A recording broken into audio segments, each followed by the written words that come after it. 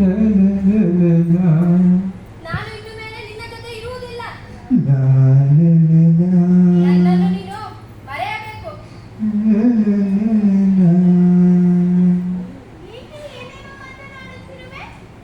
ತಮಾಷೆ ಮಾಡುತ್ತಿರುವೆಯಾ ಅಥವಾ ಇನ್ನೂ ಆ ಮಾಯಾಕಾರದೊಳಗಿನ ಭ್ರಮೆಯಲ್ಲಿರುವೆಯೋ? ನಾನು ಹೇಳುತ್ತಿರುವುದು ಸತ್ಯ, ತಮಾಷೆ ಮಾಡುತ್ತಿಲ್ಲ.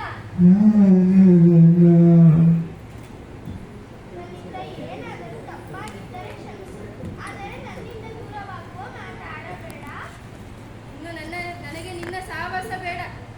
ನಿನ್ನ ಸಂಬಂಧ ಮುಗಿಯಿತು. ನಾನು ಬರುತ್ತೇನೆ.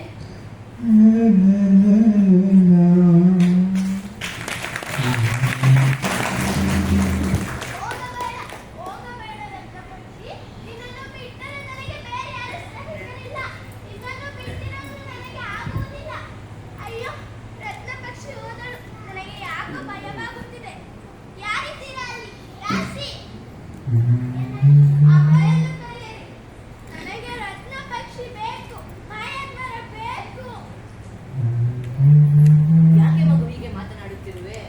ನನಗೆ ರತ್ನಪಕ್ಷಿ ಬೇಕು. ಮಾಯಾದ್ವಾರ ಬೇಕು. ಸಮಾಧಾನ ಕಂದ. ಇನ್ನು ಮುಂದೆ ರತ್ನಪಕ್ಷಿ ಮಾಯಾದ್ವಾರವನ್ನು ಮರೆತು ಬಿಡು. ಏಕೆ? ರತ್ನಪಕ್ಷಿ ಇಷ್ಟು ಹೊತ್ತಿಗೆ ಮರಣ ಹೊಂದಿರುತ್ತದೆ.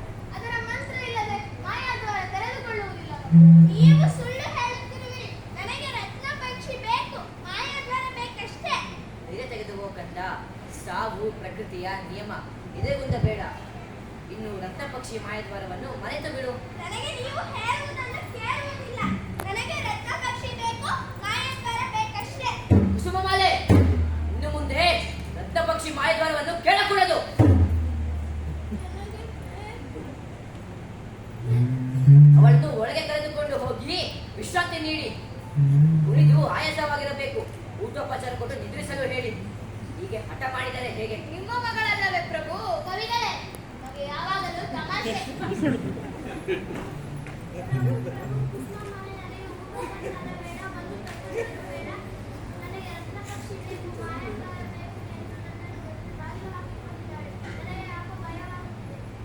ಏನು ಮಾಡುವುದು ಮಂತ್ರಿಗಳೇ?